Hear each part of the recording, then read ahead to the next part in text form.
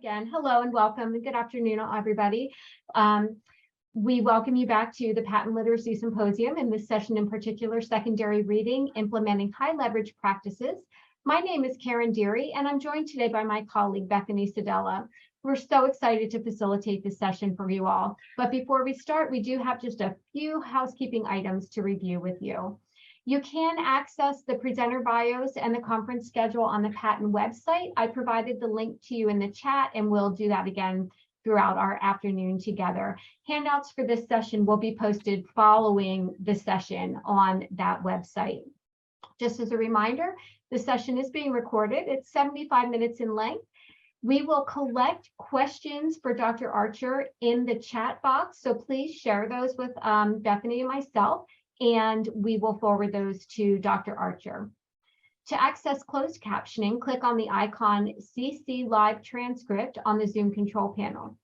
If you experience technical difficulties, please go to the Technical Support Guides area above the schedule on the symposium page. Please keep your video feature off and stay muted to eliminate any potential distractions during the presentation portion of our session. We would love for you to tweet out or share out on social media all that you are learning from the Literacy Symposium this week. Please post through hashtag PatentLit2022. And now I'd like to introduce to you Dr. Anita Archer. So thank you so much. And what a delight to be in Pennsylvania, where I've been many, many times in person. But also in your conferences last year remotely. And I particularly am excited because I met some of you, though we've had many people on for this session who are working in middle schools and high schools. And I'm actually doing all my sessions at this conference, except the end note, the keynote at the end, on secondary literacy. Because, as you well know, if you work in a middle school or a high school, there are still students who aren't accurate, fluent readers. Some of them are struggling readers that need intervention, which I'll address tomorrow in one session that's on the federal practice guide, looking at what should we do with struggling readers in 4th through 9th grade. But all students can gain more in terms of their literacy skills if we are conscious about it, if we are intentional about it. Now, this is a session that, as usual, I put way too much information into it, so I hope to cover much of it. But you need to actively participate, just like your students need to actively participate for the possibility of learning. So I hope that you'll have a paper nearby. I've got my yellow tablet, and the first thing I'd like you as we go is just to make notes of things that are useful that you say, oh, I really need to add this to what my school's doing, what I'm doing, that would make a difference. And so keep a record of those best practices that you want to follow up on, because the whole purpose of this conference is to honor you for what you're already doing, and also to polish up your practices to make more difference with your students. And so this session is on secondary literacy, high leverage practices.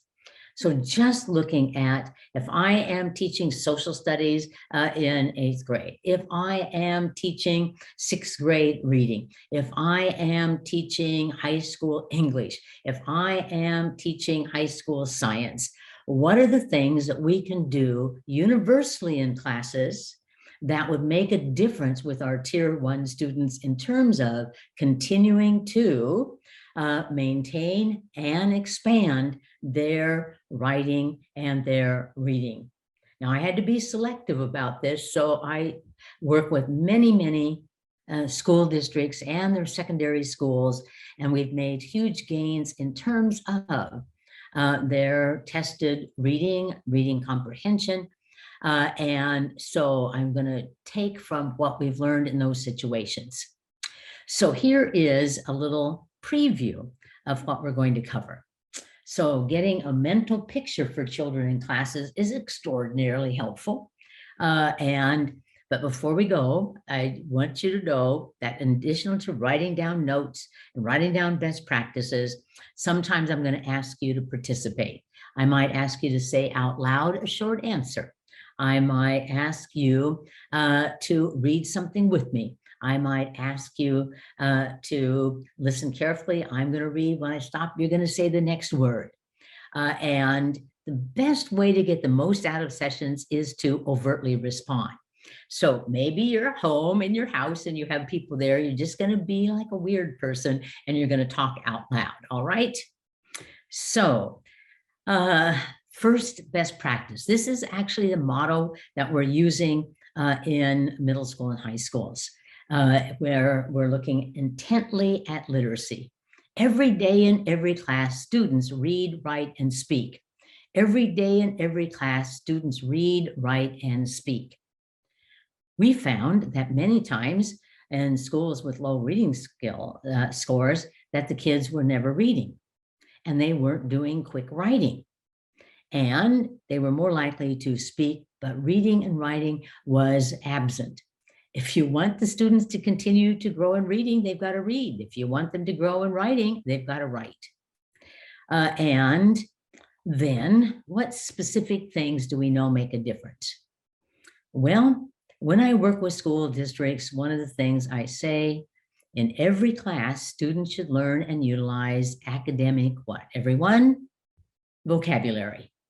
And that if I'm a math teacher, I should teach vocabulary. If I'm a music teacher, I should teach vocabulary. If I am, because it has such a profound impact on comprehension. You can prove this to yourself. Next time you're at a bookstore or a library, go over to the engineering department and pluck out a book and see if you would understand it. I would bet I wouldn't. And I bet you wouldn't either, because that's not academic vocabulary that we possess. So we need to teach that. One of the things we have definitely learned about comprehension is that you have to have background knowledge to support your comprehension. And it is shocking what we sort of assume that students know.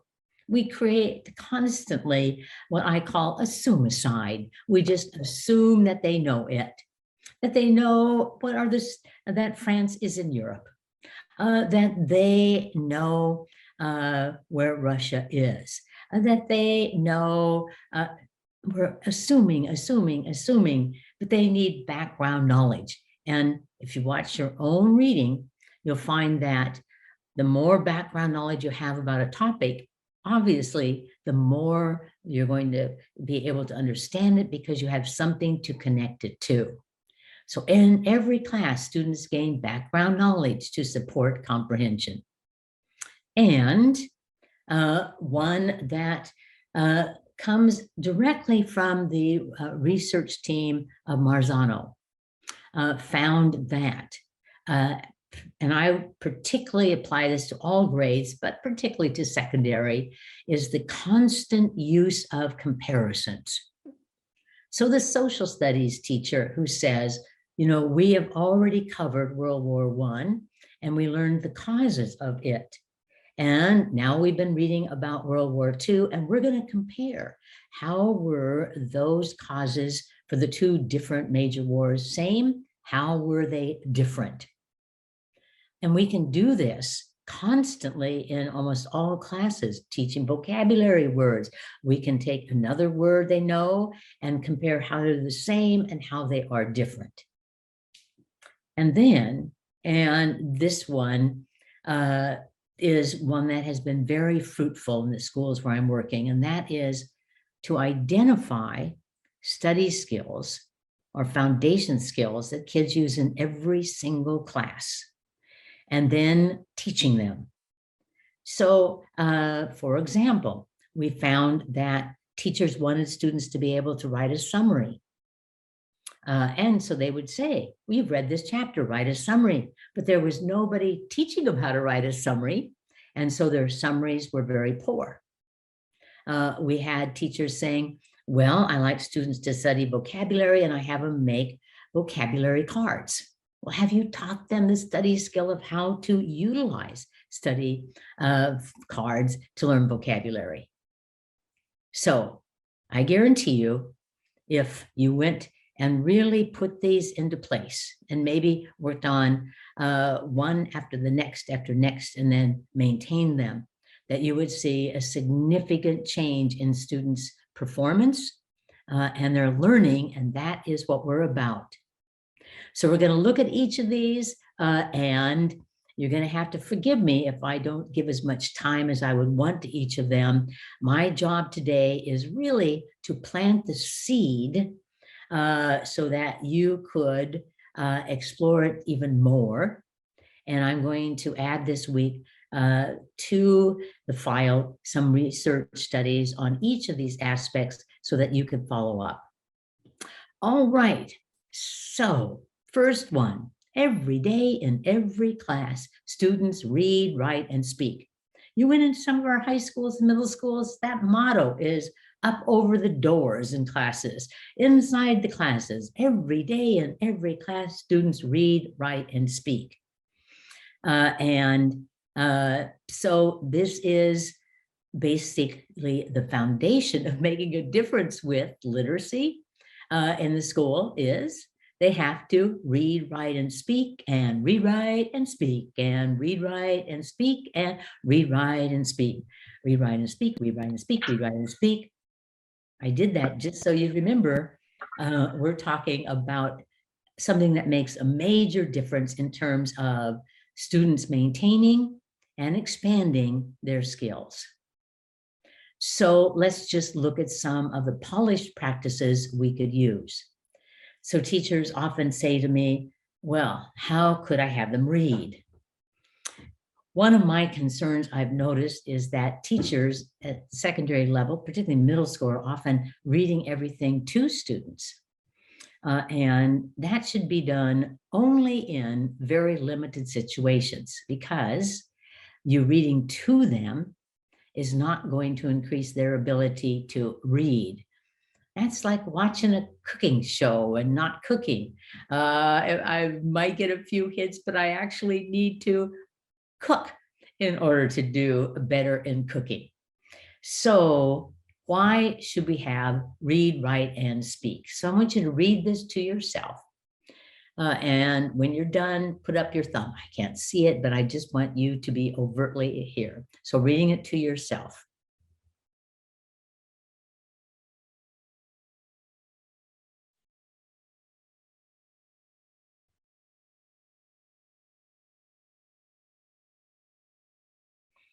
So a very succinct reason why we need to have students every day in every class read, write, and speak, because their demands for the rest of their lives are going to have much more reading involved, much more writing involved.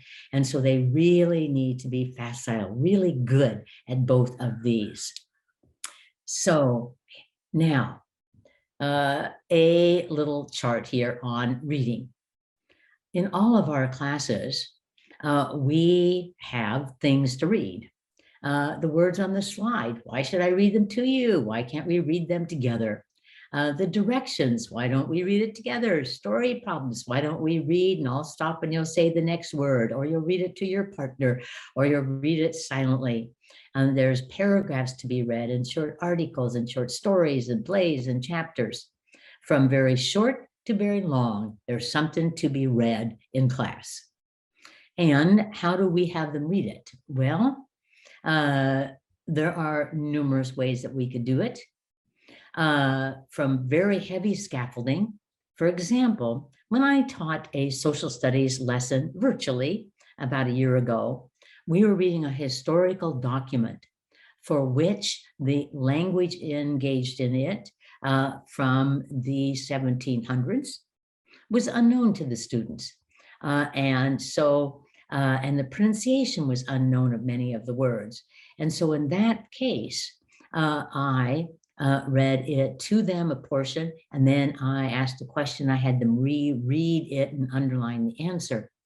So I did read to them, but it was because heavy scaffolding was needed.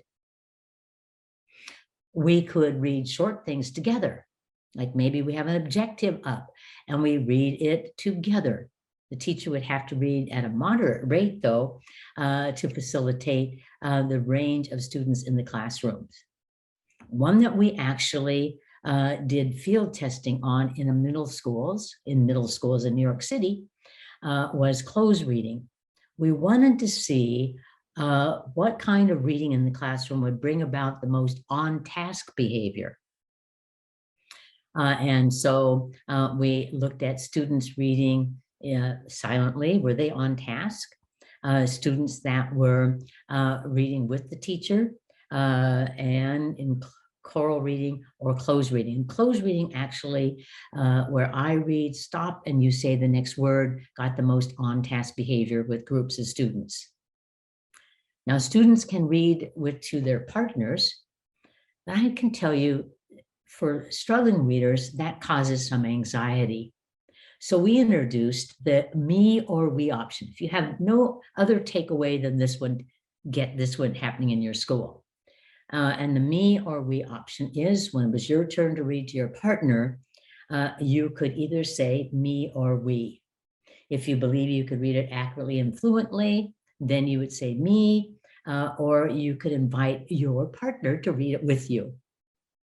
What was fascinating to watch is, see, if you teach middle school or high school, you're teaching in the peer years. Everybody likes to do everything with someone else. So all over the room, even the very best readers were saying, we, and they would read it together. And so it is a safety net. Sometimes people have kids in groups and they go around the group, but we made the same little modification, the me or we option. Now, silent reading is a challenge because you have an immense number of silent reader fakers. Look down, look up, I'm done. So if you have them read it silently, you're going to have them hold them accountable. So you say something like, you're going to read this information, and when you're done, I'm going to ask you questions on it. Or you're going to read this information, and then you're going to go around your team and say the most important fact that you learned from reading it, some way of holding them accountable. So there's many ways we could read, from heavy scaffolding to less scaffolding. And every day in every class we speak. So here's the ways that we could have kids speak. They could respond to what they've read or heard. They could explain what they did. Maybe they solved a math problem and they could explain it, how they did that. They could turn to their partner and you could say, now summarize what this article said, the big ideas, and they could put that into speech after they had time to prepare. We found that much times when the kids were going to speak, the best thing to do was have them write down their talking points before they did it. They could agree with their partner or disagree and say why. They could defend their answer. They could expand on what someone else has said. So these are the cognitive processes that we use: respond, explain, summarize, agree or disagree, defend or expand, that we could have in any class opportunities to speak. And they could speak to a partner. Again, I really want to stress this because we saw this as I observed teachers at the secondary level, that if you're going to have students share an answer with their partner, it was extraordinarily useful to give them an opportunity to prepare. You might give them a sentence starter and have them think of their answer around it, and then use that sentence starter to answer the question. Maybe I'm a social studies teacher. I say, having read this, what are the three branches of the federal government? And you're going to start your answer by saying, the three branches of the federal government are, a sentence stem. And you give them time to think. You might even have them write down their talking points, and then they're going to share with their partner. But sentence stems, even at the secondary level, ends up with answers that are complete sentences that are going to include the academic language. Because I just asked them, what are the three branches of the federal government? And the stem I gave them was the three branches of the federal government are. But if I don't give them that stem and a chance to think about their answer, they might say, well, you know, like the president, the executive, and the judicial, and the legislative. But they have left out the three branches of the federal government are. You have a discussion in your class. Great research being done on discussions. And guess what? Preparation helps here too. We're going to have a class discussion. I have a dynamic prompt I've given you, and now you're going to write down your talking points.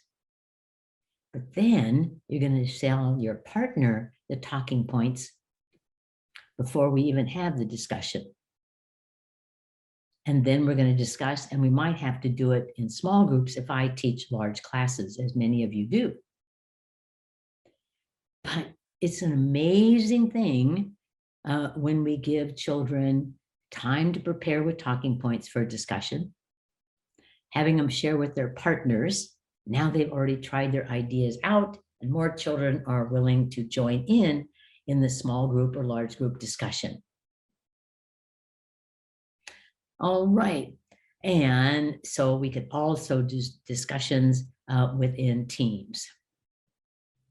So there's many ways we could speak. And how about write? Well, we could do a whole session, and I am doing a whole session on secondary short writing embedded in our classes, including just doing a brain drain. Yesterday, we covered the executive branch. We read about it. We talked about it. And today, I want you to write down everything you remember about the executive branch of our federal government, a brain drain. I could say at the end of class, write down 2 sentences that summarize what we talked about as an exit ticket. I could have them write summaries. I could have them write down an explanation. I could have them write down compare and contrast. How are they the same? How are they different? I could have a exit ticket that they're going to do. There's many ways I can infuse writing in the class. And this writing is not formal writing, like I'm going to grade it for its structure, for conventions. This is taking what we've learned and thinking about it and writing it down. Basically, what we're later going to see is called retrieval practice. I'm retrieving what we learned yesterday. I'm retrieving big ideas from it, which has huge impact on retention. So one activity that I love, and I highly recommend that you look into if you're intermediate, middle school, or high school teacher teaching writing, be certain that you have a copy of The Writing Revolution by Judith Hoffman. And one of the activities in that book is because, but, so. I'm telling you, this is a great one to do. And I just picked out an example. One day I was teaching, actually I was in Australia, and I was in a classroom that studied the British Empire and all the countries that at one point had been or are a part of the British Empire. And I got to teach for 3 days Kenya. And so after the first day, the kids came in, and based on their writing, they had a sentence stem. Kenya is an independent nation today because. Kenya is an independent nation today, but. Kenya is an independent nation today, so. And the students had to copy the sentence stem and then answer it. Because means you're going to tell why. And but means you're going in one direction. They're independent nation today, but. And you change directions. Or Kenya is an independent nation, and then what's the result of that? So you can see that this was in a trip I made in 2018, pre-pandemic. So writing revolution check it out. Get the training online for it. It's an excellent, excellent, excellent way to learn more about how to teach writing. And this is an activity from a program that my colleagues, Steve Isaacson and Dr. Mary Gleason, wrote on improving writing. And we used a sentence expansion activity. So where the students had a sentence starter, Andrew Jackson and his American Fluency won. And on the screen, it had that sentence starter, and then it had the words what, when, and why. And the students had just read in social studies and discussed Andrew Jackson as a president. And what it was the Battle of New Orleans on January 8th. And they wanted to stop the British from seizing New Orleans. And so they had to write down the answers to what, when, and where notes. And then they put it together in a sentence. Now, maybe you're an English teacher in the middle school. Would you just love students who did this activity once or twice a week, in this case in their social studies class, and ended up with, on January 8th, 1850, this is one student's response, Andrew Jackson and his American forces won the Battle of New Orleans, comma, stopping the British from invading and seizing New Orleans and the vast Louisiana Purchase. I hope you're saying, whoa, whoa, wow, wow. So even if we stopped here and you, at your school, you had a motto that said, every day in every class, students will read and write and speak. Every day in every class, they read, write, and speak. And you started with that. And then you had training in how to read, what kind of things they could do for reading and speaking and writing. You would begin to see things happen in classrooms like opportunities to respond going up. And literacy skills going up because we're reading and we're writing and we're speaking. So vocabulary. I am certain that if a principal came to me and said, Archer, tell me what we should do to make a difference in our school. Well, I would tell them every day in every class, students need to read, write, and speak. But then what is universal across all classes is actually plucking out essential vocabulary and teaching it. The math teacher, the music teacher, the art teacher, everybody has the opportunity to teach, review, and utilize vocabulary. At the absolute foundation of all literacy skills is oral language. So it is something that we need to build up, and the most concrete way to work on it at your school site is vocabulary, vocabulary, vocabulary. Every day in every class, students learn and utilize academic vocabulary. And well, we know that as your vocabulary goes up, so doth your reading comprehension. And we also know that teaching vocabulary makes a significant difference in students' comprehension. And we know that the students, to do well post-graduation, they have to have a lexicon of words. And it's been estimated to be, if you're going to a community college, or if you're going to a university, or if you're going to a training school, that you need about 80,000 words in your personal lexicon that immediately upon reading it, you know what the meaning is, and you have those words available to you, both to support your expressive and receptive language. 80,000. Now, I'm going to bet you're saying we have some students that are not at that level. So we have to teach vocabulary. Now, the more you read, the more vocabulary you gain. So having students read a lot is going to improve their vocabulary. and particularly if it's very intentional reading, which to gain background knowledge and vocabulary. But there might be a few words that we want to significantly teach. And I have hundreds of examples, and I just plucked one out. But I also would recommend, and I'm going to make a note, we'll put this in the articles that I'm sending you. And I will send you the IES practice guide on adolescent literacy, because their very first recommendation based on research about how to improve literacy at the secondary level is provide explicit vocabulary instruction.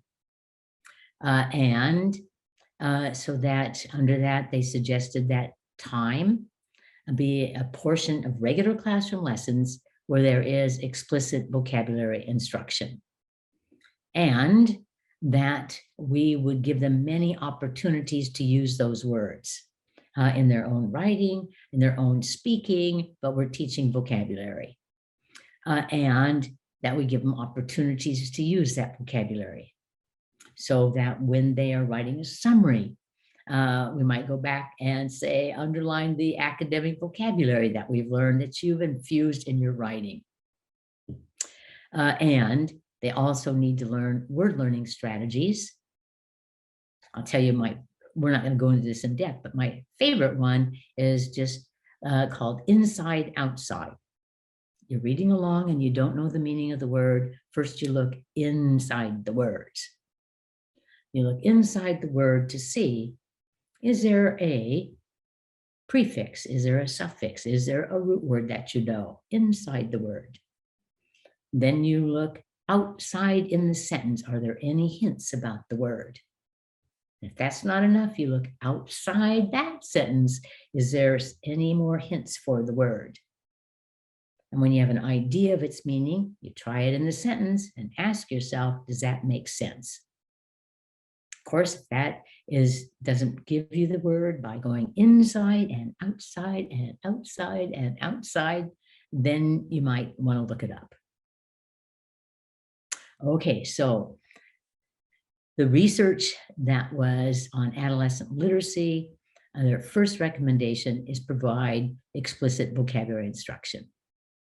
So this is the routine that I've taught in my books on explicit instruction and in our curriculum materials that I've written, where you introduce the words, pronunciation, then you introduce the words, meaning, and then you illustrate the word with examples, and then you ask questions to check their understanding. Pretty straightforward. They can say the word, they know the meaning of the words, they have some examples, and they've illustrated they understood it. So let's just do a quick lesson, and you're going to respond. Okay, so be ready to respond out loud. Okay, students, this word is suffrage. What word? Suffrage. Put your hand on your table, tap and say the parts of the word. Suffrage. All right. Okay, be certain you're muted though. So if you've just joined us, mute up. We wish we could have all people, but we've got 287. We couldn't get our voices together. Okay, so word again is suffrage. Say the parts, suffrage. Now read the word by parts. What part? Suffrage. What's the whole word? Suffrage. Suffrage is a noun.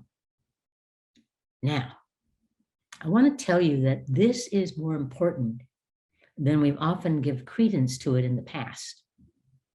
If you look at the work of Lene Airy, one of the premier, very good researchers in the area of reading, she did studies with her students on secondary and found that many times one of the major reasons students do not remember the meaning of a word is they're uncertain about the pronunciation.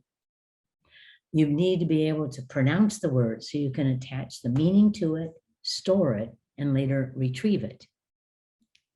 And so we might have them repeat the word a number of times.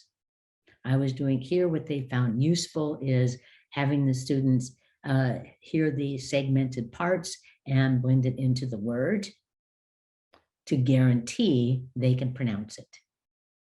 Step 2, we introduce the meaning. Now this one has a fairly simple meaning. And you wonder, well, why did you take time to teach it, suffrage? Because it was the critical concept, the essential concept for what we were going to read, and it could be misinterpreted, as many students thought it meant suffer. Well, you do suffer when you don't have the right to vote.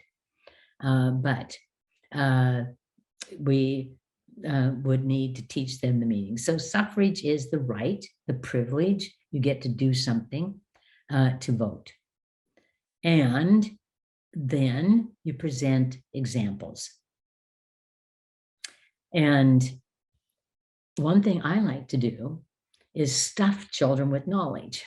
So if I'm going to take the time to teach them the meaning of suffrage, I want them to come out with a little history. So I said, let's look at these examples. I'm going to read. When I stop, you say the next word. When the United States was founded, only white men with property had suffrage. So if you were a white man and you had property, you owned land, you had a house, you had property, then you got the right to vote.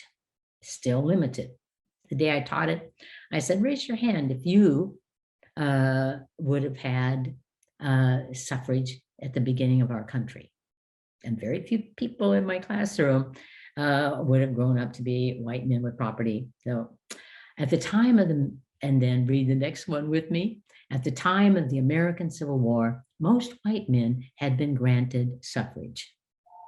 This is still limited though. It is not inclusive of men of color. It is not inclusive of women. And reading this one with me. So we learned about suffrage being in 1920 granted to women. So again, here is sort of a little bit of history, which I held them accountable for, saying so that they could talk about these 3 elements. And then we went to the Civil Rights Act of 1965.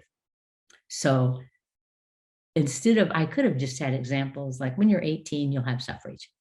But why not use examples that give them knowledge? I want to stuff these children with knowledge, stuff them. And then I ask questions to check their understanding. So why is suffrage a critical aspect of democracy? Suffrage is a critical aspect of democracy for following reasons. And so I gave them, in this class, I had them write out their answers. Then they shared with their partner, and then we had a class discussion on it. So we got speaking and reading and writing all in this one activity of teaching this vocabulary. Check their understanding with examples and non-examples. One of a powerful way to check understanding. The right to run for elected office. Is that suffrage or not suffrage? And not suffrage. The right to vote, suffrage or not suffrage? Suffrage. The right to develop ads for a candidate, not suffrage. What is the pronunciation? What is the meaning? What are some examples? And I check your understanding. Ways that it could be limited. Now, I even stuffed in here, compare and contrast. Think of how the words suffrage and legislation are similar and different. Wow. You can see right now from this example, the power of similarities and differences, compare and contrast. The kids were brilliant. Suffrage and legislation, both of these have to do, and similar, both of them have to do with our political system, our form of government. The right to vote, and then legislation that is passed by certain bodies. How are they different? Well, suffrage was brought about in some cases by legislation, but legislation can cover many other issues besides voting rights.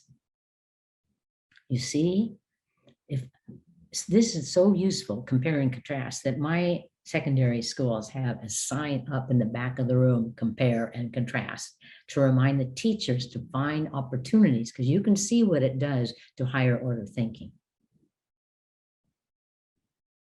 Every day in every class, we read, we write, we speak, and we teach vocabulary. And we even teach vocabulary. We teach words that are related to the words that we have taught to expand it. And we might do a word map to expand it. Background knowledge. In every class, students gain background knowledge to support comprehension. Read that with me one more time. In every class, students gain background knowledge to support comprehension. So many reasons for us to be certain students have background knowledge. And if we were talking to a primary or elementary group, I'd be saying, please teach more science, teach more social studies, teach more health. We've just, and read back in K1 to read alouds that are informational. We want to stuff these children with background knowledge, because what they read and the amount of information they've stored cognitively is going to be very related to their comprehension of what you want them to read in your class, please. But pre-teach it in your middle school and high school classes. And why? Well, background knowledge is related to your desired comprehension. And reading this with me, across grades and reading ability, prior knowledge of subject matter. Okay, let's try again, teach a mistake. Oh, okay, one more time. Across grades and reading ability, prior knowledge of subject area and key vocabulary results in higher scores on reading comprehension measures. The more you know, the more comprehension that you have. And so one of my favorite authors, Dan Willingham, sums it up this way. My turn.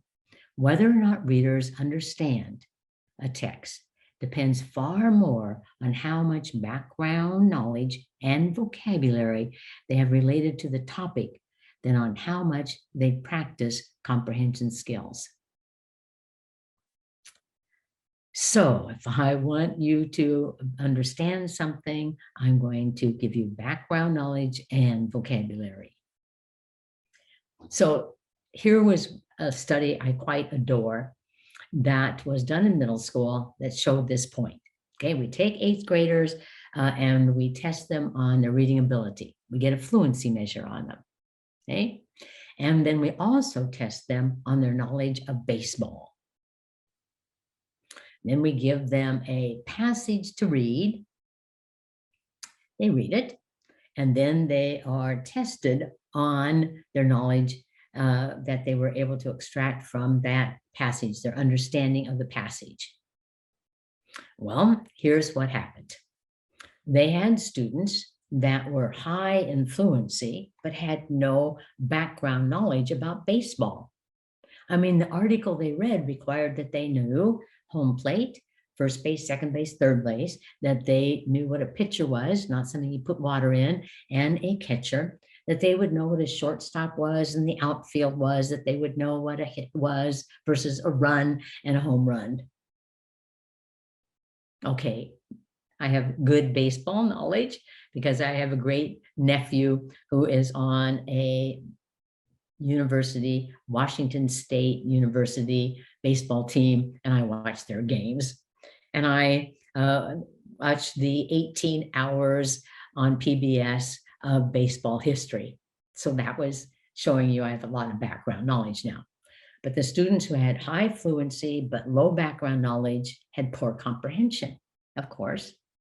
And on the other hand, they had students with low fluency but high background knowledge with high comprehension. So it was just a beautiful little study to remind us that it's not just your ability to read the words, which is critical, but equally how much background knowledge do you have makes a difference. So again, I told you already I loved Willingham, but the more knowledge you have, then it's easier to learn more. And the more factual knowledge you have, the better your cognitive processes like problem solving and reasoning. So the more knowledge students accumulate, the smarter they become. So I'm really glad to see us returning in the elementary level to teaching right along with excellent decoding skills, more vocabulary, more knowledge, which will make a difference when they come to your grade levels in middle school or high school. Well, here is what I want you to understand about remembering knowledge. And so if I am reading something and I want to retain it, the information, I have to attend to it. I have to actually put my attention on it. And I have to have an intention to learn it. I'm attending and I want to learn the most important thing here. So I know every one of you have had a time where you've been reading and you didn't really have your attention totally on it. You're thinking about the barking dog. You're wondering who's going to take them on a walk. You're thinking about what you're doing tomorrow. You're not attending. And the next day, you're not surprised that you didn't remember any of it because you really weren't present in attending. And then rehearsal makes a difference. So if you rehearse the information, one of the ways that you can rehearse it is to tell someone else what you've read. We're doing more and more of that. Kids read something, we say stop, and now look it over. Now close your book, tell your partner what you read about this topic, what did you remember? And the practice of retrieving it, as well as rehearsing it, leads to remembering it. Attend, intend to learn it, rehearse it, and retrieve it. Okay, you're going to do those with me. Attend, intend, rehearse, and retrieve. Attend, intend. I am going to learn this. Rehearse it by saying it or writing it, and then retrieve it with no prompt. Attend, intend, rehearse, and retrieve. Attend, intend, rehearse, and retrieve. Got it? Attend, intend, rehearse, and retrieve. And here's something else that I want you to share with your colleagues. Graham Nuthall was a professor in New Zealand. And he had a huge group of researchers that studied not what the teacher was doing, but what the students were doing. And here is how he summarized his research of his lifetime. At least 3 different sets of complete information about a concept makes a difference between a concept that is never quite learned and then one that is firmly connects to and integrates with previous knowledge and hence is learned and remembered. So if I want students to learn something, I might directly teach the information. We might then read something that has parallel information. We might write a summary of it. We might have a discussion of it, but 3 different sets of complete information was what was necessary. Down here is if you're really a nerd, you'll want to read this book, The Hidden Lives of Learners by Graham Nuthall. So if I want you to learn content, I've got to give you a number of opportunities. So I just took out of, again, a number of examples, many examples that I have that I've done demonstration lessons, but I got an email early on, and a person who attended one that I did a number of years ago in Pennsylvania at Patton said, my team is going to join you about secondary interventions as well as secondary literacy. Would you do the background knowledge example that you did on the Panama Canal? So this is brought to you because someone remembered something I had taught. And she said, I'll never forget it because afterwards I could remember all the information. And so be ready. You're my students. I taught this in an 8th grade class. The students, it was on economics, and they were studying trade, international trade, global trade. And we were reading an article about Panama Canal and its importance to global trade. And they needed some background knowledge on it as well as some vocabulary. So you're going to be my students, so respond just as if you were 8th graders in that class. And I'm going to get you to intend to learn it, to attend to it, to intend to learn it, and we're going to rehearse it, and then you're going to retrieve it. All right, so students, well, first, before we started, I had read the article and said, what are some things they might not know? Like, where is Panama? What is a canal? Why was Panama as a country chosen for the canal to be built? When was it constructed? What are locks? Why is it important? Okay, so I did a little task analysis and wrote down, so what background knowledge would they need to do better reading the article we're going to read, leading to them doing a brain drain on it and a discussion.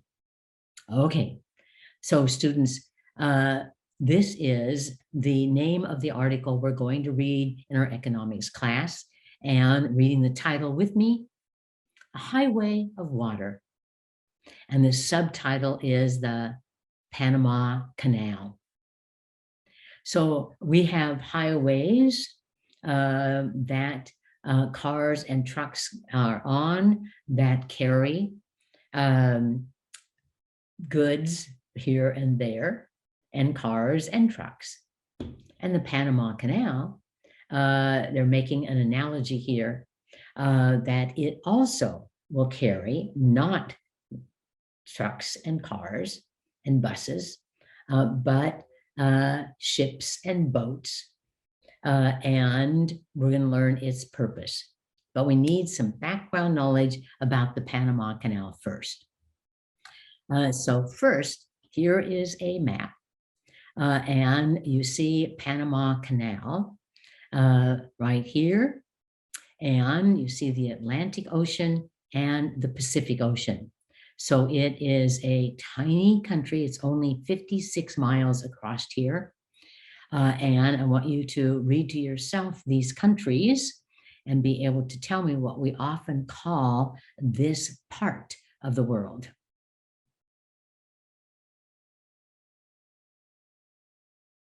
Okay, whisper to your partner what we could call the category. We've already been talking about this in the past, this group of countries. And what is it? Yes, Central America. And you can see that Costa Rica is the country that borders on Panama. Okay, follow my cursor, read these countries to yourself and say to yourself, what do we call this continent?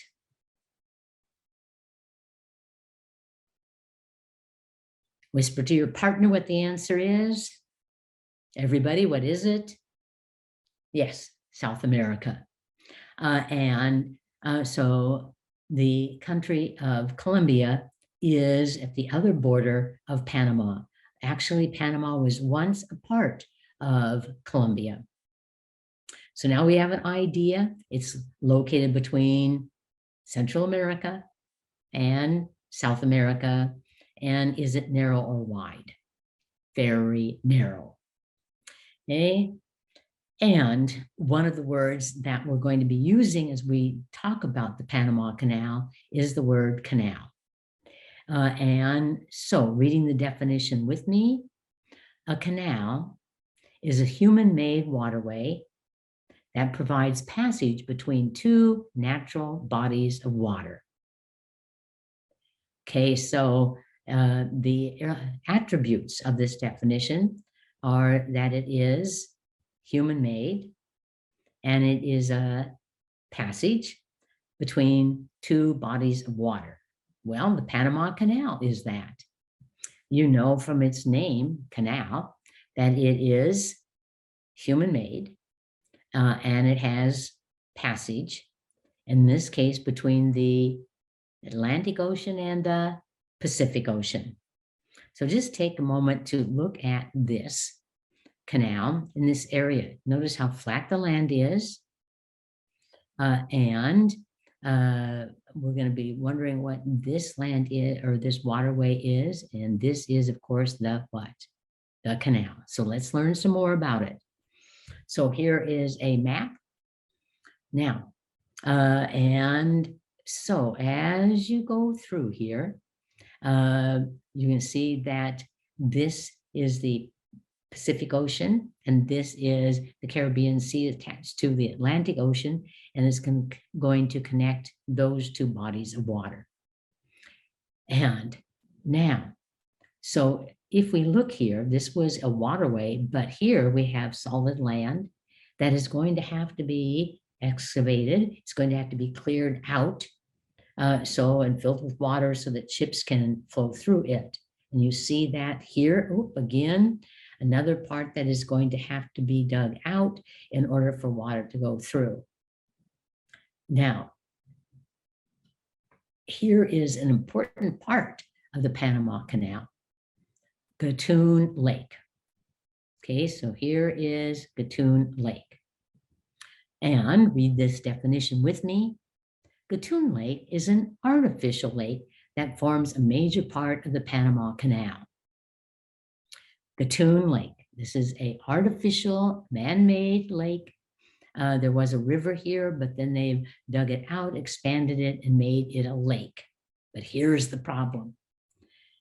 And read it with me. Gatun Lake is 85 feet above sea level.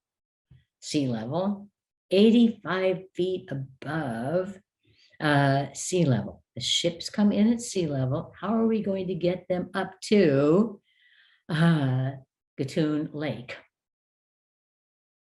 Well, that is the miracle. Now, I want you to be thinking the Panama Canal was built in the late 1800s into the very earliest 1900s. And so think about that. Did we have large equipment at that time? No. Did we have computers? No. Okay. So here is what is called a lock. Now, you all know locks. As you open locks to get into something, you close locks to keep something out. You know locks. Well, they use that term to describe this. Okay, so let's look at this and we'll look at each part. Lock is first a device. Okay, so it is like a machine, something that is made. And everyone, used for raising or lowering boats and ships. Okay, so it raises and lowers boats and ships between different water levels on river and canal waterways. So read that definition to yourself.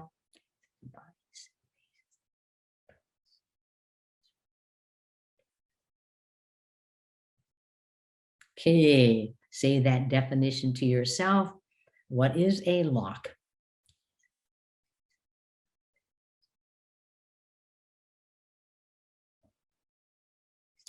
Check it out.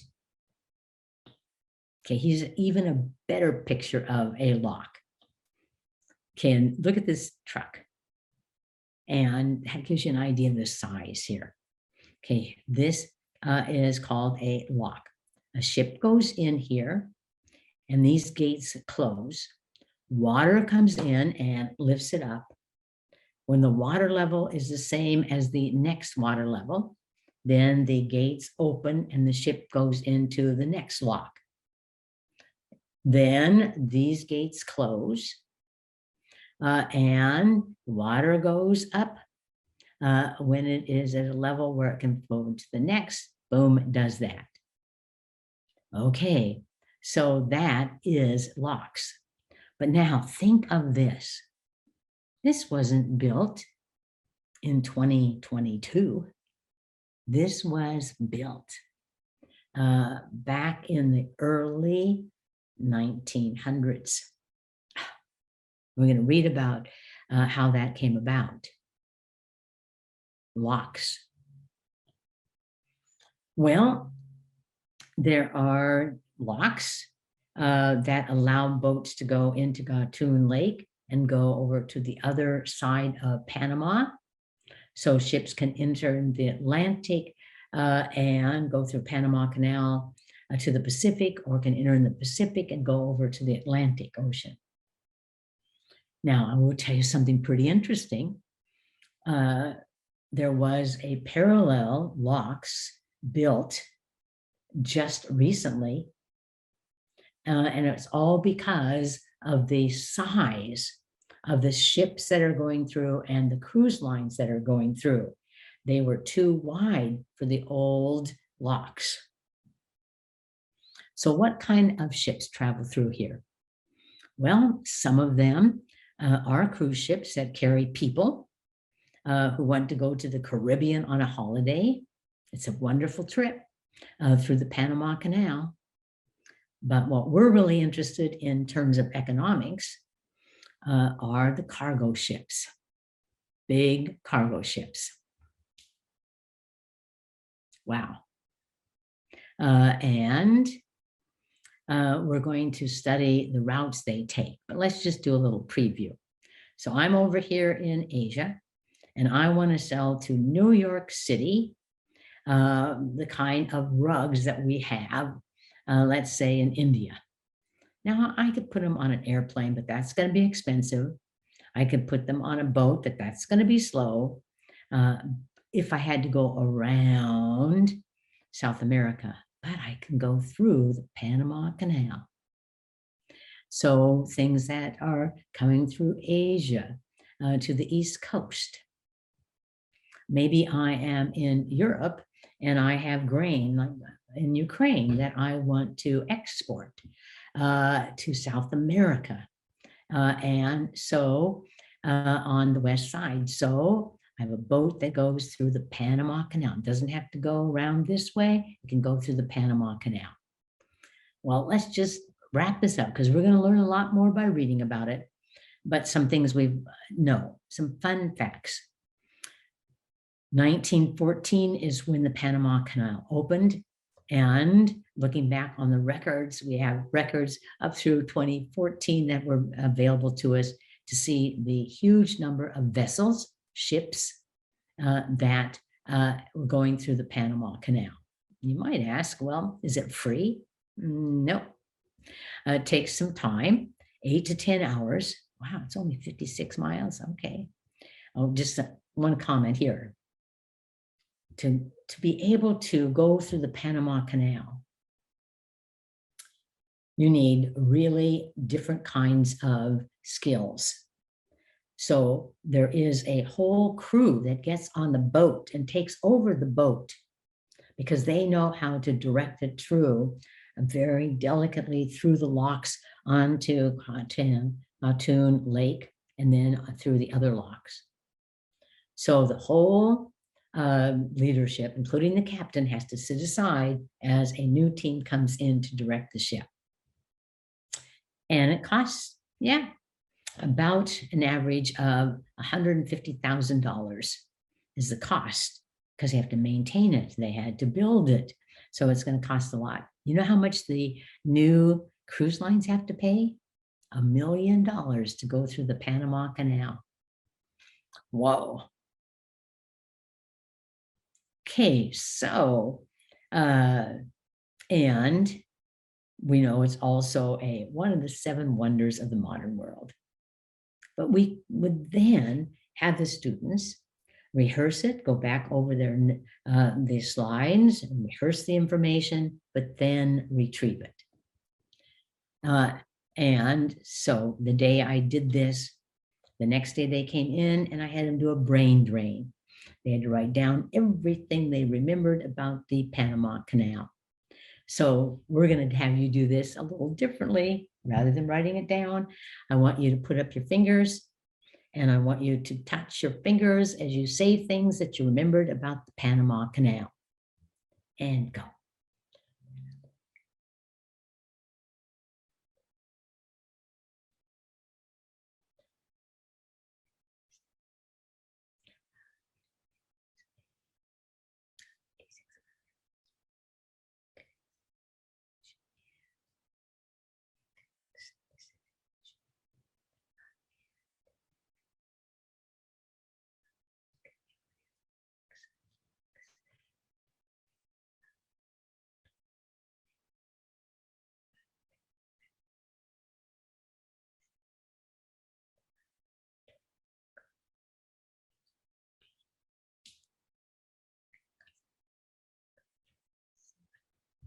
Okay, we don't give kids time to do this, to rehearse it and then to retrieve it.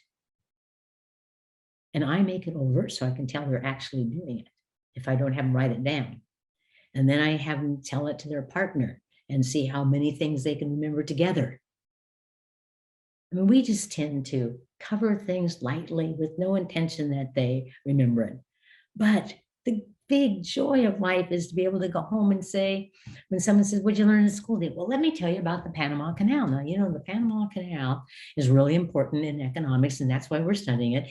And it is a very narrow part of the country of Panama, you know, right between the Central America and South America. And it's only 56 miles so they built it there because they had to dig it out. And it was done and it was finished in 1914. Can you believe that? What kind of tools did they have that they could do that? It's amazing. That's why it's the 7th wonder of the world, the modern world.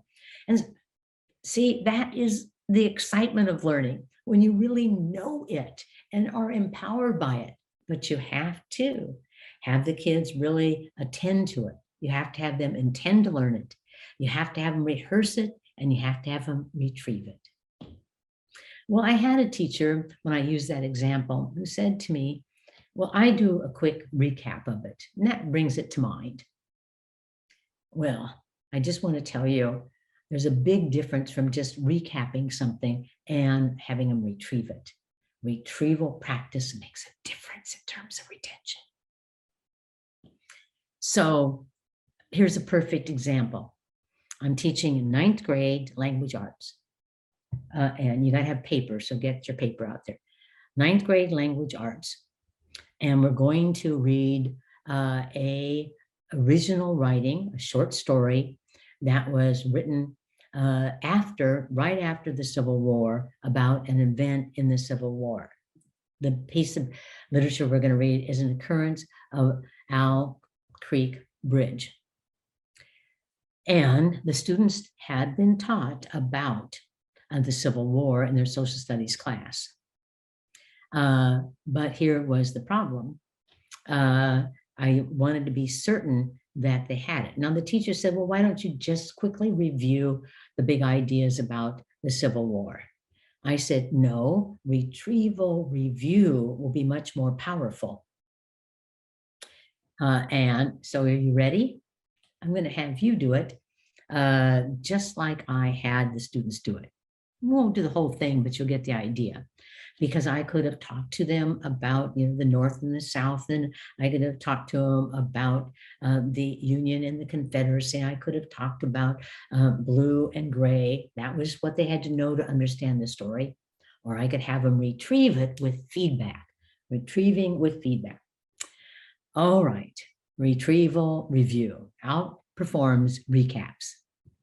So I said to them, we're going to be reading a passage called An Occurrence at Owl Creek. This was a story written about the Civil War soon after the Civil War.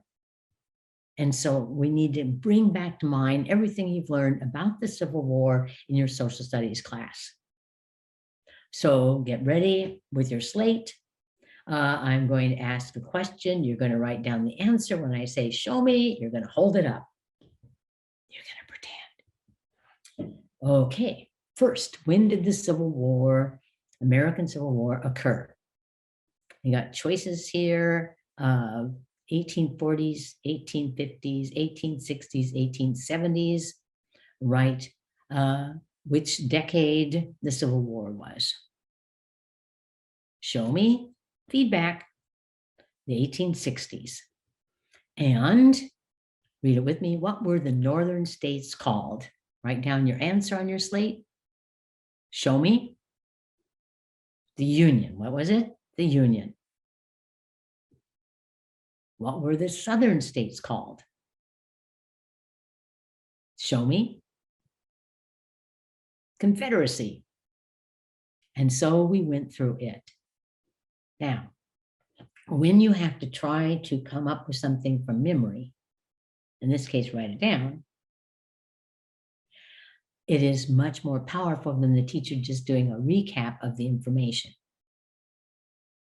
Retrieval practice is so useful. Now, I gave you the whole thing I did, and didn't take very much time, but their recall of it as we read was significantly improved. We talked about doing similarities and differences. And I already gave you one good example, but according to the research by Marzano, it makes the greatest effect on student achievement. And because it strengthens memory, and it is higher order thinking skills, just like we saw with suffrage and legislation, and it improves their comprehension. So I just wrote down some examples. A biology teacher comparing animal and plant cells, comparing the terms climate and weather. I gave the example of what were the causes of World War I versus World War II. How are narrative and informative texts the same, but how are they different? Boy, put up a sign, compare and contrast, higher level thinking needed. Well, I can see that our time is running out. That's because I always have too much to do. But do teach your kids some study skills, such as how to take 2-column notes, and how to retrieve information themselves. I highly recommend that you get the book Powerful Teaching, which is all about retrieval practice. Well, I'm going to see if we have any questions that I might be able to answer in like 1 minute. And so you're going to have to read this last part to yourself when you pull down it. But there we are. And these are the things that I would start with at a school, but not all at once. If we just did read and write and speak, then added everybody's teaching vocabulary, really honed in that. Everybody's teaching background knowledge. Then really work on compare and contrast. But we first might want to make an analysis of what study skills they need. All right. And Karen, is it possible that we have any questions?